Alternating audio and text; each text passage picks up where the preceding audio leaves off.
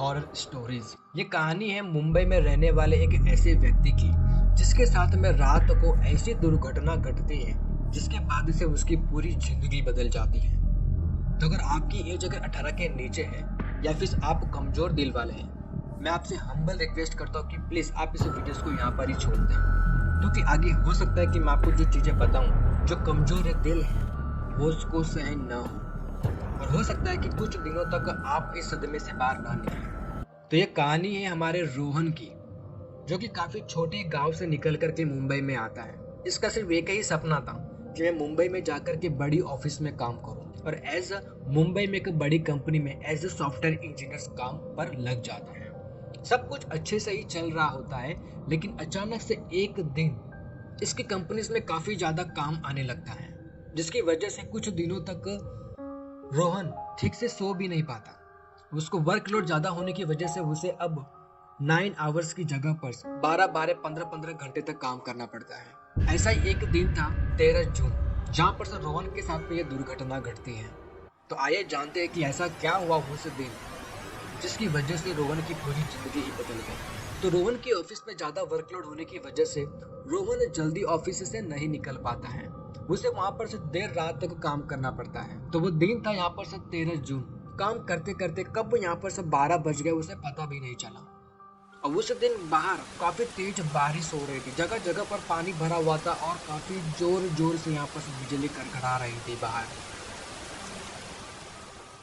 रोहन जैसे यहाँ पर अपने कंप्यूटर्स में देखता है कि अभी रात के 12 बज चुके हैं, तो वो तुरंत हड़बड़ी में अपना सब कंप्यूटर्स वगैरह सब सिस्टम वगैरह बंद करके फटाफट वहां से अपने ऑफिस से नीचे उतरता है। और वहां पर से नीचे उसको वॉचमैन बोलता है कि भैया जी, यहाँ पर से जगह जगह पर पानी भरा हुआ है। ऑफिस से लेकर के उसके घर का रास्ता काफी ज्यादा डिस्टेंस पे था, ऑलमोस्ट 15 से 20 किलोमीटर आप मान सकते हो, इतनी दूरी पर उसका रास्ता था। इसकी वजह से वॉचमैन कहता है कि प्लीज साहब, आप ये अपनी कार लेकर के मत जाइए, हो सकता है कि आप बीच में कहीं पर फंस सकते हो, और इतनी देर हो चुकी है तो शायद कोई आपको हेल्प के लिए भी ना मिले। ये सुन करके रोहन काफी ज्यादा घबरा सा जाता है कि मैं अभी घर कैसे जाऊं। तो वैसे ही उसका वॉचमैन कहता है कि मेरी भाई की यहाँ पर से बाइक रखी हुई है, आप अगर चाहे तो ये लीजिए चाबी, आप मेरी बाइक लेकर के, मेरी भाई की बाइक लेकर के आप जा सकते हैं। रोहन इतना सुनकर के वो काफी ज्यादा खुश हो जाता है। रोहन वॉचमैन से चाबी लेकर के अपने घर के लिए निकल पड़ता है। स्टार्टिंग में सब कुछ एकदम नॉर्मली लग रहा होता है, और रोहन भी काफी खुश होता है कि मैं अभी अपना घर पे पहुंच जाऊंगा। लेकिन इतनी जोर से बारिश हो रही होती है और ऊपर से बिजली भी काफी कड़कड़ा रही थी। जगह जगह पर खड्डे और कई जगह पर पानी भी भरा हुआ था, और रास्ते भी इतने सुनसान थे कि मानो कोई भी आवाज आपको वहां पर से सुनाई नहीं दे रही थी, और दूर दूर तक यहाँ पर से कोई भी नहीं दिखा दे रहा था। और घड़ी में भी ऑलमोस्ट बज गए थे 12:32। रोहन की बाइक के 60 की स्पीड पर चल रही होती है। अचानक उसे कुछ ऐसा महसूस होता है जिसकी वजह से उसके शरीर के सारे रोंगटे खड़े हो जाते हैं। रोहन इतना डर जाता है मानो कि उसके आसपास कुछ ना कुछ तो है, यानी कि उसे कुछ महसूस होता है। रोहन इसे भी इग्नोर करके काफी अपने 60 की स्पीड से आगे चल ही रहा होता है कि उसे कुछ महसूस होता है, जैसे कि उसके कंधे पे किसी ने हाथ रखा हो, उसके पिछले सीट पे किसी ने बैठा हो, ऐसा उसे महसूस होता है। ऐसा महसूस होते वो इतना सा घबरा जाता है, इतना डर जाता है कि उसके सारे हाथ पैर कांपने लग जाते हैं, उसका दिमाग काम करना बंद कर देता है। लेकिन वो डरता नहीं, वो फिर भी 60 की स्पीड से 70 की स्पीड पर लेकर के जाता है और अपनी स्पीड को और ज़्यादा बढ़ा देता है, और फटाफट अपने घर पहुंचने की कोशिश करता है। उतने में पीछे से आवाज़ आती है 3 बार, अबे गाड़ी रोकना, अबे गाड़ी रोकना, अबे गाड़ी रोकना। रोहन ने आवाज सुन करके कुछ भी प्रतिक्रिया नहीं करता है, ना ही पीछे मुड़ करके देखता है, ना ही आए ना ही दाएं ना ही बाएं। वो अपनी स्पीड को मेंटेन करके अपनी गाड़ी की स्पीड और बढ़ा देता है, 60 से 70, 70 से 80 की स्पीड पर कर देता है, लेकिन वो पीछे मुड़ करके नहीं देखता। थोड़े ही दूर जाते वापस से आवाज आती है 3 बार, अबे गाड़ी रोकना, अबे गाड़ी रोकना, अबे गाड़ी रोकना। उसी समय पर रोहन के दिमाग में एक चीज चलती है कि इतनी सुनसान सड़क, दूर दूर तक ना कोई कुत्ता दिख रहा है, ना ही आदमी, ना ही कोई दुकान, ना ही लाइट, नहीं कुछ। और ऐसे में कोई मुझे पीछे से कैसे बुला सकता है, कोई मेरे पीछे गाड़ी में कैसे बैठ सकता है। ऐसा ये सब उसने महसूस किया। उसे लग गया कि ये कुछ नॉर्मल तो नहीं है। लेकिन उसने हिम्मत दिखाते हुए अपनी गाड़ी की स्पीड वही मेंटेन करके रखा और काफी दूर जाकर के वो अचानक से ब्रेक मार देता है। अचानक से ब्रेक मारने की वजह से वो लेफ्ट साइड में गिर जाता है और उसकी बाइक जस्ट थोड़ी दूर दूर गिर जाती है। 5 मिनट तक उसे होश नहीं आता। 10 मिनट के बाद में उसे होश आता है और वो देखता है कि उसके आस पास कोई भी नहीं है, दूर दूर तक कोई भी नहीं है, सब जगह पर सुनसान, ना कोई लाइट, कोई भी नहीं। ऐसे में रोहन और भी ज्यादा काफी डर जाता है।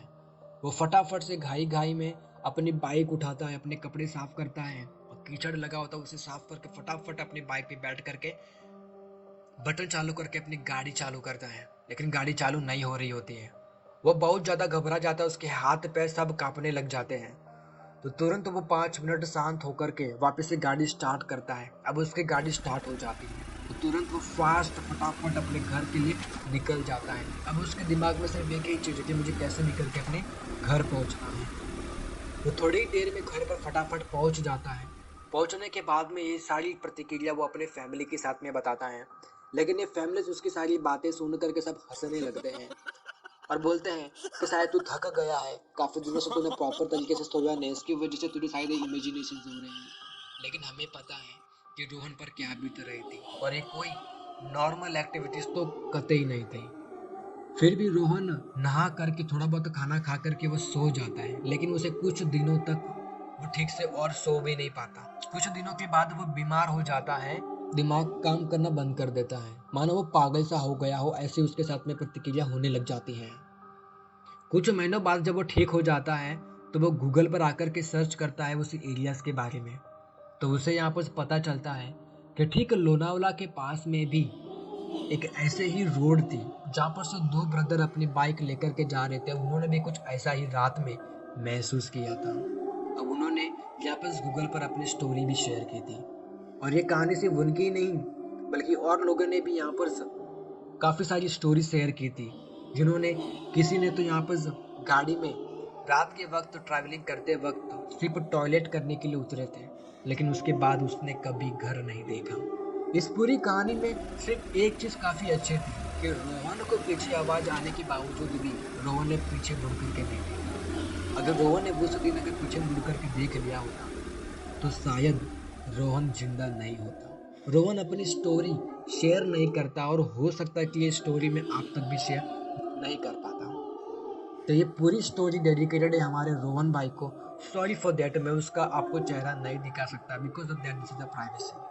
तो ये थी हमारे रोहन भाई की स्टोरी जो कि पूरी रियल हॉरर स्टोरी थी। ये रियल हॉरर स्टोरी आपको कैसे लगी प्लीज़ आप हमें नीचे कमेंट करके वीडियोस को लाइक करके और चैनल को सब्सक्राइब करके ज़रूर बताना। और आपकी लाइफ में भी अगर ऐसी कोई दुर्घटना आपकी लाइफ में घटी हो तो आप हमें शेयर कर सकते हैं इस ईमेल आईडी पर या फिर हमें नीचे कमेंट करके भी बता सकते हैं, ताकि हो सकता है कि नेक्स्ट वीडियोस में मैं आपकी स्टोरी शेयर कर सकूं।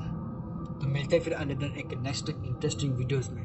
तब तक के लिए आप भी अपना ध्यान रखिए। मिलते हैं अनदर एक नेक्स्ट हॉरर रियल स्टोरीज में। तब तक के लिए जय स्वामीनारायण, जय Shri Krishna, take care, bye bye.